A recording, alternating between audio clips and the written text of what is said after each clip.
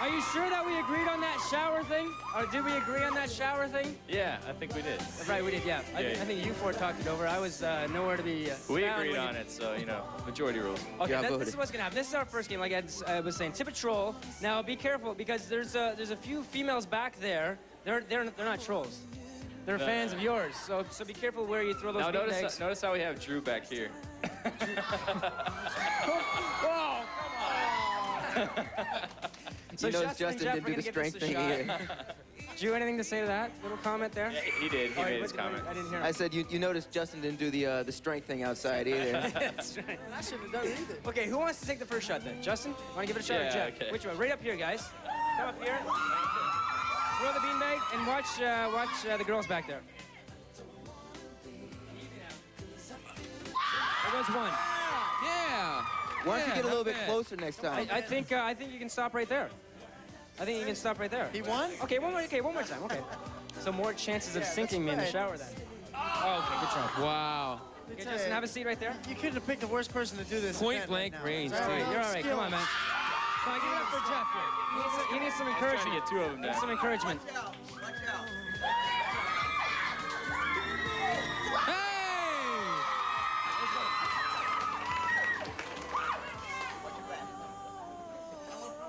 Don't slip. Careful now. You already hit that troll. Okay, so that's all right. You each. Hey, way down. I knew that was going to be happening today. Okay, you guys have a seat. You each get a ball. We'll be giving those to you a little later on so you can soak me. I don't know if I'm into that idea. Come on, man. It is warm down here. Well, you can see what good shots we are. I don't think you have anything to worry You're about. right, actually. You're right. So, again, revelation right here. A recent article I was reading, I don't know if it was Team People or not. It said this right here. You said the hardest thing you ever had to do was to get through 1999. We talked about it a little bit earlier, but I can't see that. You know, selling close to 5 million of 98 Degrees and Rising, traveling the world. All right, how true is that statement? I mean, that you made? It was a fantastic year for us in a lot of ways, and it was a very hard year in other ways. You know, all the travel and all the hard work, and we recorded a Christmas album in the middle of tour, and you know, it all came together. And I think we were just emotionally and like physically fried by the end of the year. You know, I don't think we physically could have gone on anymore. So, you know, it was a great year. Don't get us wrong. It was, you know, a fantastic time, and but you know, definitely it took its toll on us. So do you plan to like slow things down a little bit when touring with this? Do you think? We've learned a lot from our last year experience in tour and everything. So we have now is we plan ahead. We plan a couple days off every now and then. We make sure our schedule isn't physically impossible for us, and we understand that we have to enjoy ourselves. We have to have more fun with it. We have to be able to have a good time. And if we're physically fried and emotionally fried, we're not going to be able to enjoy ourselves. It is draining. It's a pretty draining career you've chosen, traveling and whatnot. They all love you outside. I don't know if you've been hearing that along the way. We love you. Yeah, we love them too. That's gonna be an ongoing thing, I think, for the next hour. We're also gonna be taking some environment questions. And Yvonne is with us somewhere. Yvonne, there she is. Yvonne, say hi to the guys. Hey, Yvonne. And, go ahead with your question. Hi. Okay, my question is, was the Latin vibe in Give Me Just One Night influenced by the Latin music, the success of Latin music over the past year, and inspired by artists such as Ricky Martin and Mark Anthony, or was it something that was just inside of you all along? You know, it's hard to believe that it wasn't. You know, that's not what inspired it. But we are all huge fans of Latin music. You know, we are big fans of Mark Anthony, and you know, we've been fans of the Gypsy Kings. I don't know if you guys know who they are for a pretty long time. Santana, and we always talked about doing a Latin-flavored song a long time ago. And fortunately for us, I mean, the guys we worked with, Anders and Entour, the producers, they said, we have this song for you. We don't know if you'd like it. They played it for us. We immediately fell in love with the song, the hook, and we thought it would be a good, you know, mysterious, sexy vibe, and that's how we wanted to come out with an up-tempo.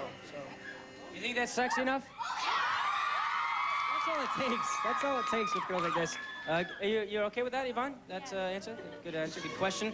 Email question right now. If you guys want to pay attention to one of the monitors, if there's one around, I'll read it out to you. It's from Stephanie. I'm so glad to see that you have a new single. It's been a while. My question is for Nick. I was wondering, is it hard to be involved with someone else in the music business, or does it give you the chance to be together more?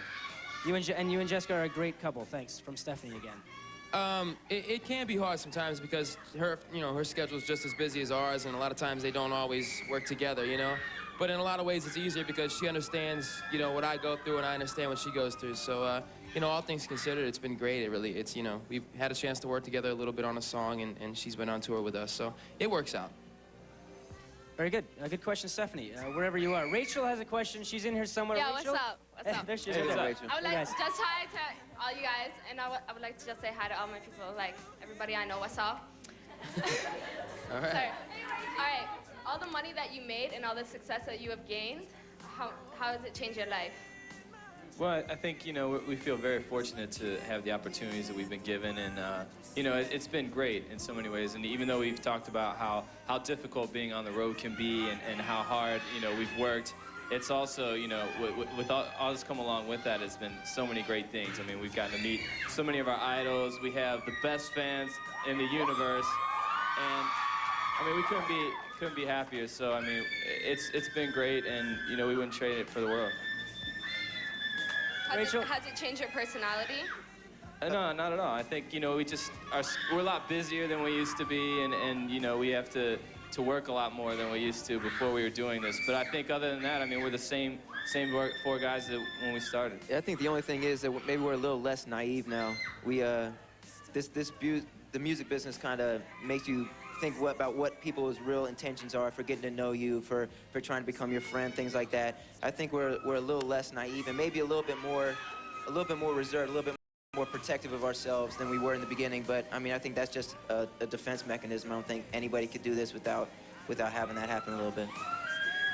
Good going, Rachel. Thank you very much. Thanks. Yeah, you guys are still the same four guys when you pulled down Queen Street here on your bus there. Motorhome. Same 3 years four ago, when guys. was that? That was 97. 3 years ago, was it? Yeah, 1997. Same guys. It's been like, you've been here like 6 or 7 times since. Do you find there's a lot of pressure on selling 1 million albums or 1 million copies in the first week of sales? There's a lot of pressure There's in a the lot pop of music hype, world. but I mean, for us, you know, we've already succeeded. We made the album that we wanted to make. We feel very, very proud of it. We wrote the majority of it and had total creative control. So we've already won it. Whether we, you know, sell 1 million records or we don't, it doesn't really matter. I think in the long run, I think our fans are going to love this album, and I think, you know, people that aren't really as familiar with us are going to enjoy it too. So I think we've already succeeded. And the record, as we all know, In Sync, No Strings Attached, 2.3, I think. In the first 2.5. 2.5 even. Come on. There's an was a extra lot. 200,000 It I was a never lot. even thought about. Do you think that'll ever be broken? I don't think it'll ever be broken, no. I mean, I think everything was just right for them. I mean, the timing for them, I mean, there was an anticipation for them to come out. They had a lot of press. I mean, the songs were hitting at the right time. I mean, that was a lot of stuff happening at once in the perfect way, in the perfect moment. So I don't think it'll ever be broken. Yeah, I think more now as computers become more involved in music too, it's going to become harder and harder for people to break that record. Speaking of Napster and MP3. Well, I'm thinking, speaking of downloads, yeah, just downloads in general. Okay, guys, back up to the ringmaster up there. Ed the Sock is his name, and he's going to be telling us what's coming up. All right. Keep going, guys. Alrighty, thanks, Rick. Don't go away, because when we return after this break, we've got another round of our carnival games of test and skill, plus win, lose, or draw, and slap shot. So don't go away. More with 98 Degrees after this.